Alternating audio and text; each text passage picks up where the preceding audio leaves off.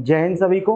आज हम डिस्कस करने वाले हैं 13 अगस्त का करंट। तो मुझे लगता है आप सभी जो करंट अफेयर्स की श्रृंखला चल रही है उसमें डेली का जो आपको करंट अफेयर्स मिल रहा है तो आप लोग लिख रहे होंगे। आप लोगों को जो पीडीएफ है वो भी आपके जो व्हाट्सएप ग्रुप है, टेलीग्राम ग्रुप है, उसमें शेयर कर दी जाती है। तो आप लोग पीडीएफ भी देखते जाएं और डेली जो करंट है उसको आप प्रॉपर करते जाएं।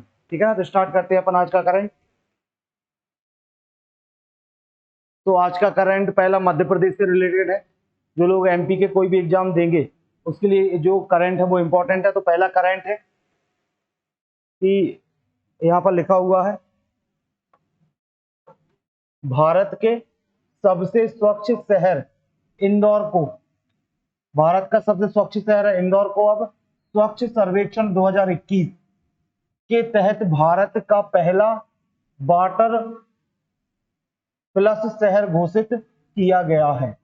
बन जाएगा। तो आप सभी को पता होगा अभी स्वच्छता सर्वेक्षण चल रहा है 2021 चल रहा है स्वच्छता सर्वेक्षण, और इसमें जो इंदौर है उसको भारत का पहला घोषित किया गया है वाटर प्लस शहर।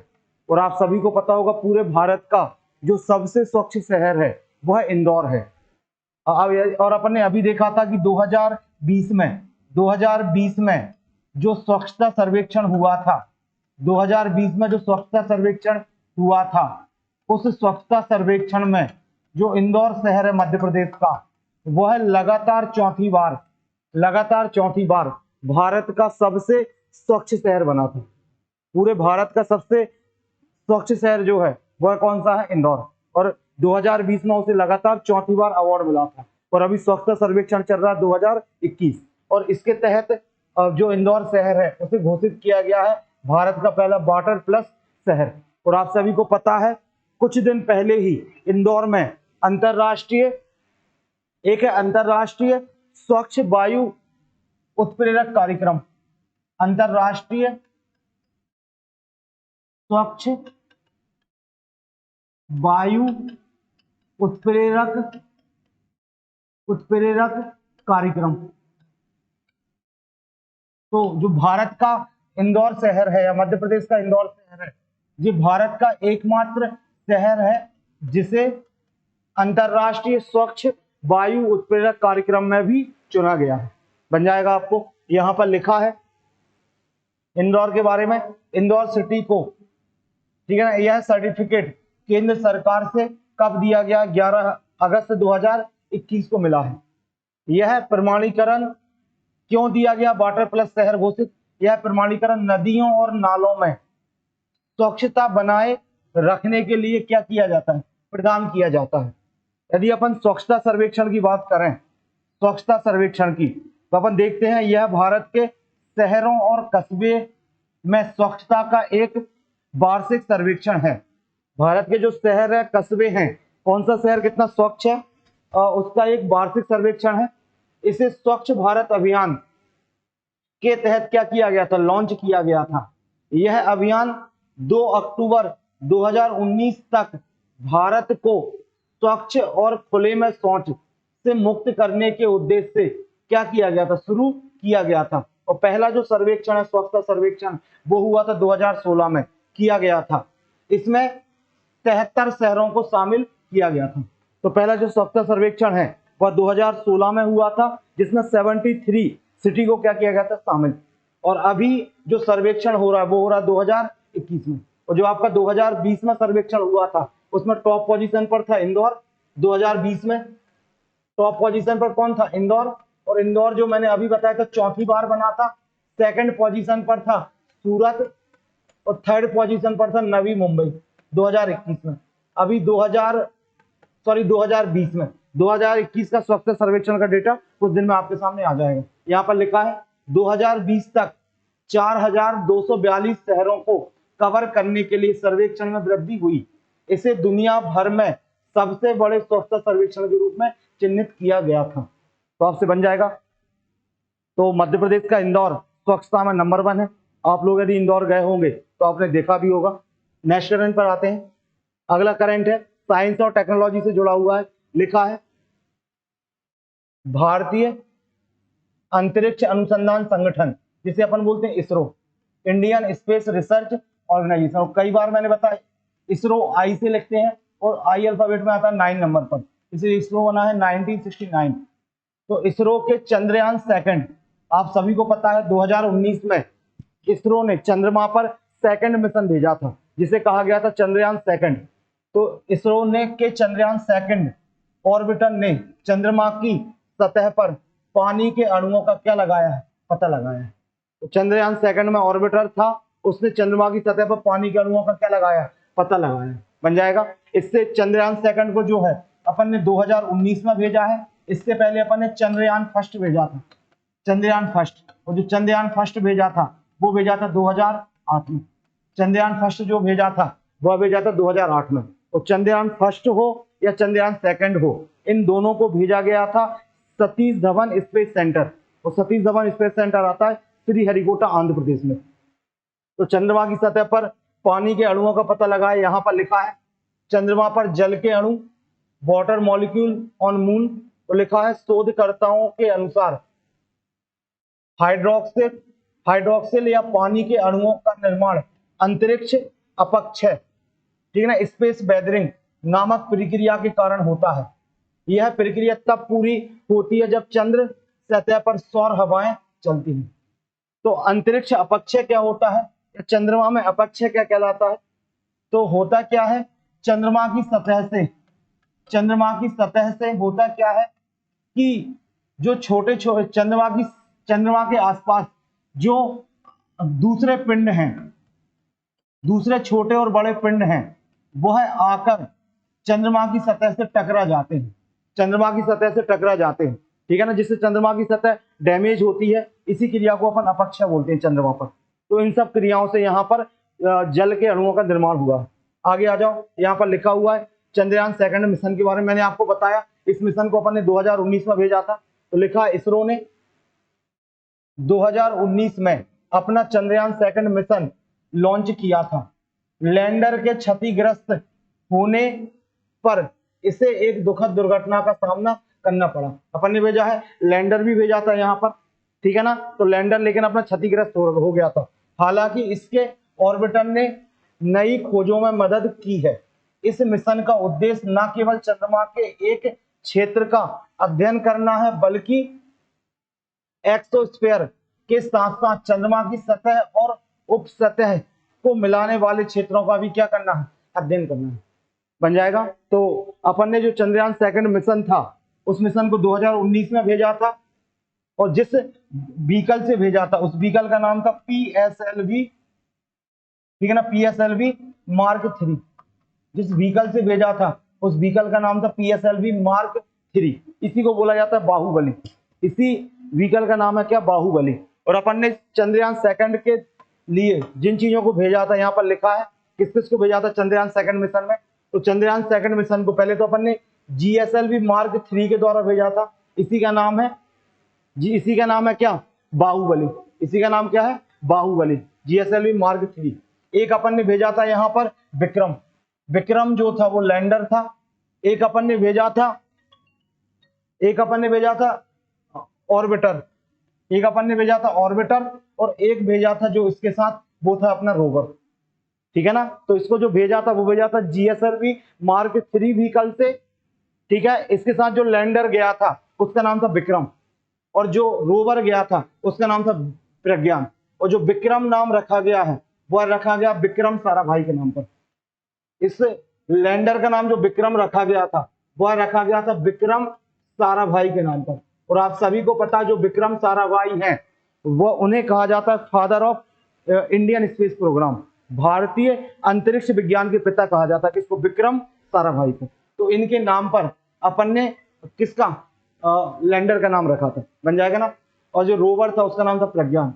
तो इनमें ये करने क्या वाले थे, तो अपन ने जो चंद्रयान सेकंड को भेजा था वो GSLV मार्क 3 के द्वारा भेजा था। लेकिन चंद्रमा की सतह पर कौन लैंड करता, तो चंद्रमा की सतह पर जो लैंड करता उसे कहा गया था लैंडर। तो चंद्रमा की सतह पर जो उतरता उसे कहा जाता है लैंडर। लेकिन चंद्रमा की सतह पर उतरने के बाद जो चंद्रमा की सतह पर चक्कर लगाता उसे कहा जाता है क्या, रोवर। और रोवर जो था वो 6 पहिए वाला एक यान था, एक रोबोट था जो चंद्रमा की सतह पर क्या लगाता, चक्कर। और इस चंद्रमा की सतह पर जिसके द्वारा पिक्चर क्लिक की गई है उसे कहा गया ऑर्बिटर। अपना जो लैंडर और रोवर है वह तो चंद्रमा की सतह तक नहीं पहुंच पाया, लेकिन अपना ऑर्बिटर पहुंच गया। इस ऑर्बिटर ने पानी के अणुओं का अनुमान लगाया है। यदि मान लो अपना रोवर चंद्रमा की सतह पर उतर जाता तो अपन चंद्रमा की सतह से मिट्टी भी लाने में सक्षम हो जाते। और आप सभी को पता है चंद्रमा की सतह पर एक फेमस अभियान है अमेरिका का जिसका नाम है अपोलो। चंद्रमा की सतह पर अमेरिका ने एक अभियान भेजा था जिसका नाम क्या है? अपोलो। आपको उसके बारे में भी याद रखना है, अपोलो। बन जाएगा ना? यहां पर आ जाओ। यहां पर इसरो के बारे में लिखा है, सभी को पता है इसरो जो है वो 1969 में बना है और इसका जो हेड ऑफिस है वो है बेंगलोर कर्नाटक। ठीक है ना? और इसके अभी जो प्रमुख हैं या निर्देशक है उनका नाम है डॉक्टर के सिवान। यहां पर लिखा है, मैं पहले ही बता चुका हूं, जो भारत ने पहला चंद्रमा पर मिशन भेजा था उसका नाम था चंद्रयान फर्स्ट। और जो चंद्रयान फर्स्ट मिशन है इसको कब भेजा गया था? 2008 में भेजा गया था।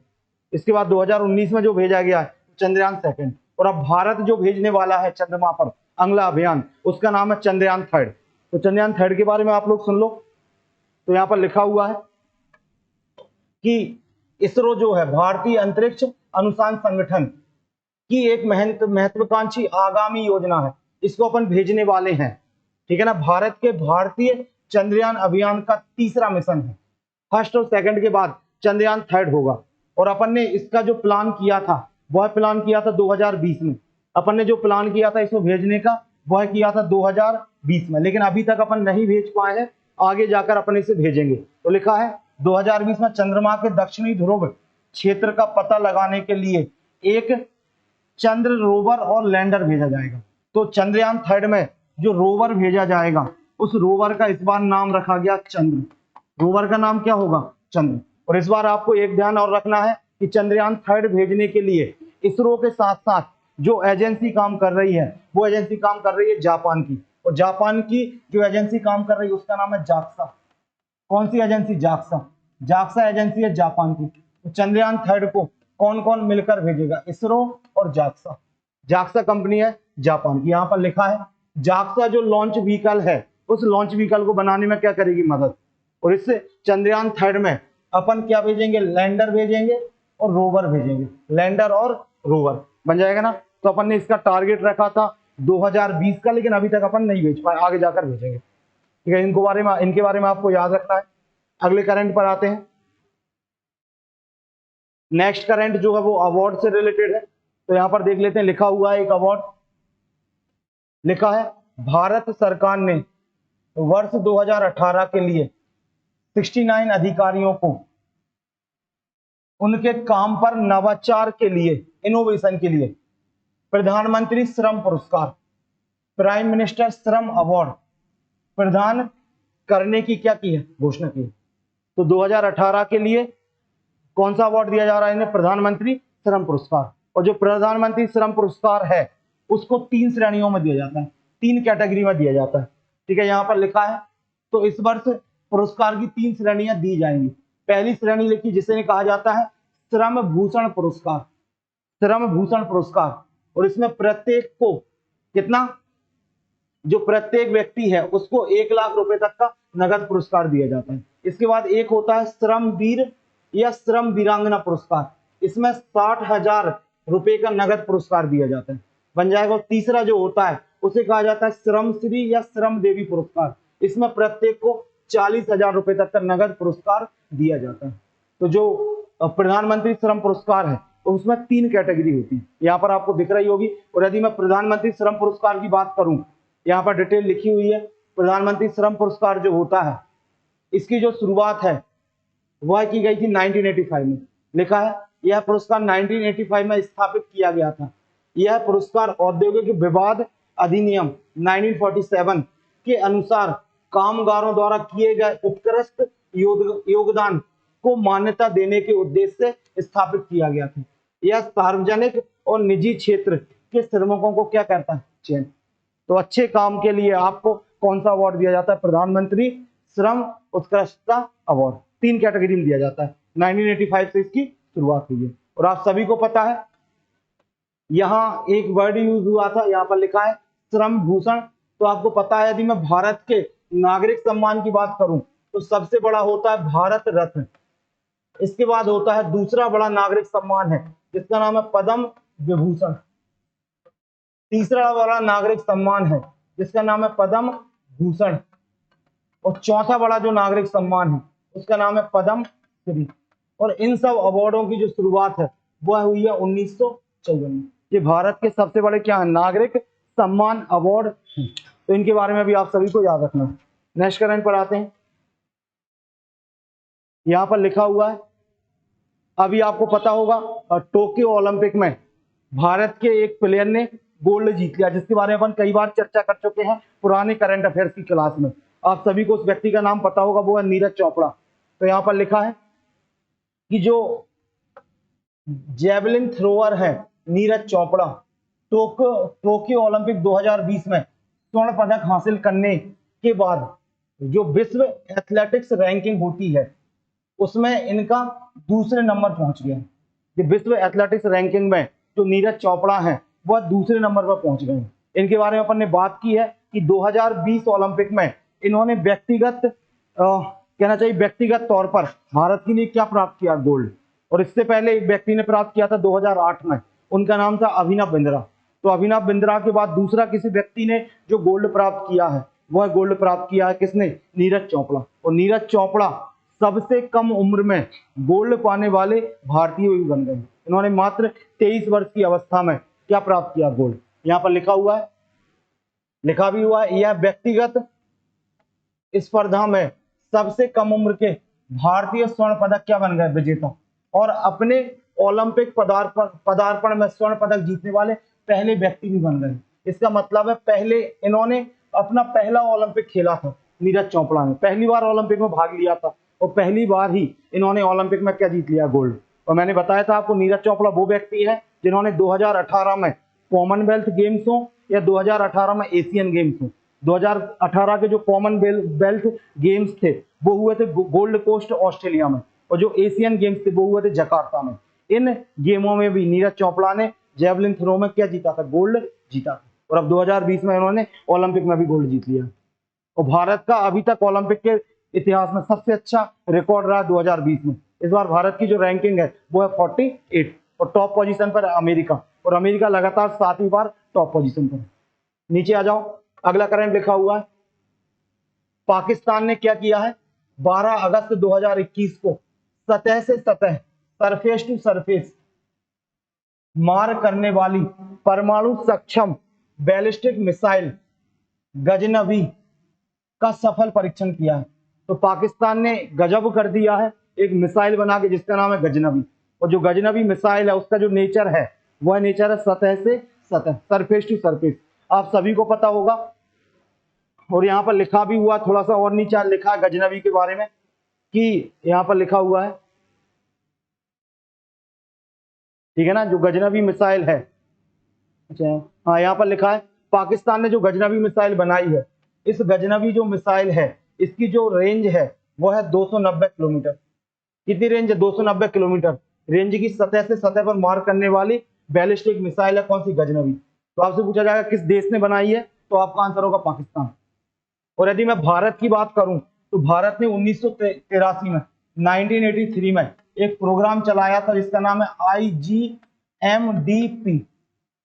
IGMDP, ठीक है ना, integrated guided missile development programme, integrated guided missile development programme. और ये प्रोग्राम चलाया गया था किसकी अध्यक्षता में, doctor APJ Abdul Kalam, APJ Abdul Kalam की अध्यक्षता में इस प्रोग्राम को चलाया गया था। और इसके तहत अपन ने 5 मिसाइल बनाई, उन मिसाइलों को कहा जाता है पटना। क्या कहा जाता है, पटना। तो पा से पृथ्वी, ए से आकाश, टी से त्रिशूल, ना से नाग और ए से अग्नि। तो भारत ने 5 मिसाइल बनाई हैं और इन्हीं 5 मिसाइलों के कारण भारत का नाम मिसाइल टेक्नोलॉजी में आज विश्व में टॉप देशों में से एक है। और डॉक्टर APJ अब्दुल कलाम को कहा जाता है मिसाइल मैन ऑफ इंडिया। क्या कहा जाता है, मिसाइल मैन ऑफ इंडिया। और आप सभी को पता होगा भारत की एक मिसाइल और है ब्रह्मोस, एक मिसाइल है ब्रह्मोस। ब्रह्मोस जो मिसाइल है वह भारत और रूस का संयुक्त प्रोग्राम है।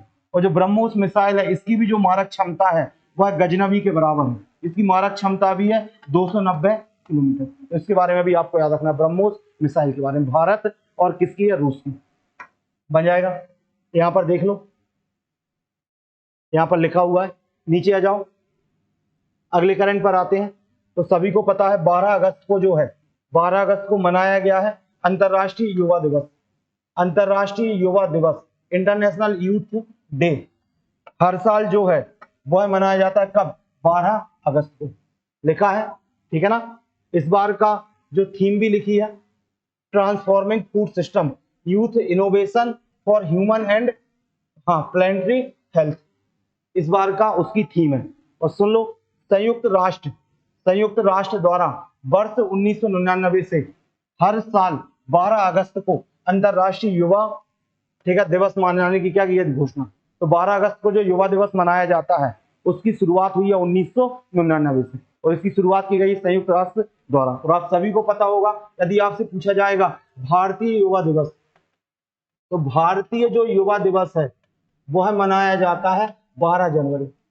12 जनवरी भारतीय युवा दिवस मनाया जाता है 12 जनवरी। और 12 जनवरी जिनके उपलक्ष्य में मनाया जाता है उनका नाम है स्वामी विवेकानंद।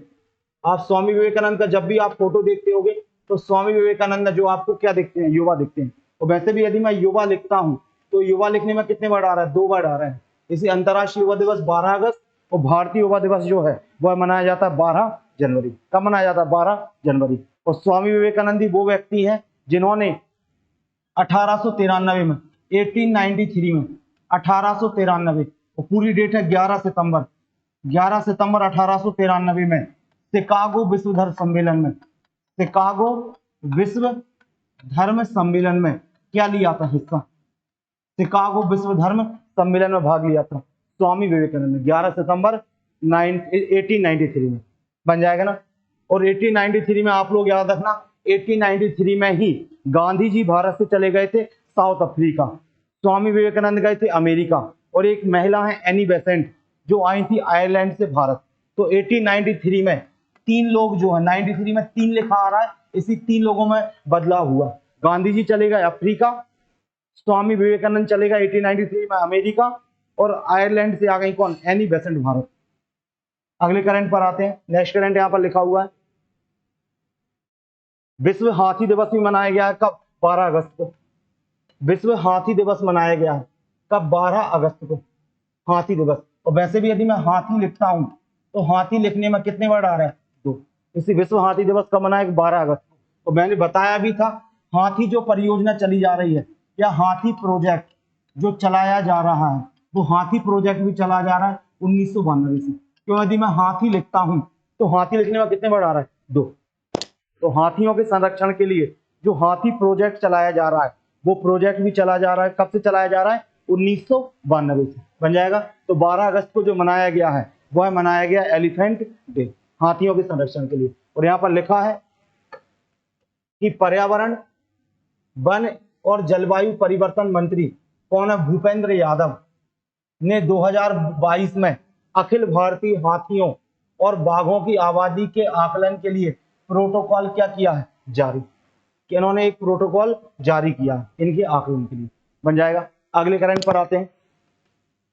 लिखा हुआ है आर्थिक करंट अफेयर से, इकोनॉमी से जुड़ा हुआ है। लिखा है नीति आयोग ने इलेक्ट्रिक वाहनों के लिए चार्जिंग नेटवर्क स्थापित करने के लिए नीतियां बनाने में राज्य सरकारों और स्थानीय निकायों की मदद करने के लिए हैंडबुक क्या की? जारी की। बन जाएगा। और नीति आयोग का सभी को पता होगा, जो भारत का योजना आयोग था उसका नाम बदलकर 1 जनवरी 2015 को क्या कर दिया गया? नीति आयोग, मोदी सरकार द्वारा।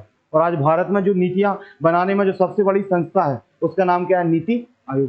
बन जाएगा। नीचे आते हैं। अभी मैं इसके बारे में बता चुका हूं कि पाकिस्तान ने 290 किलोमीटर रेंज वाली क्या बना ली है? अपनी गजनवी मिसाइल बना ली। ठीक है ना।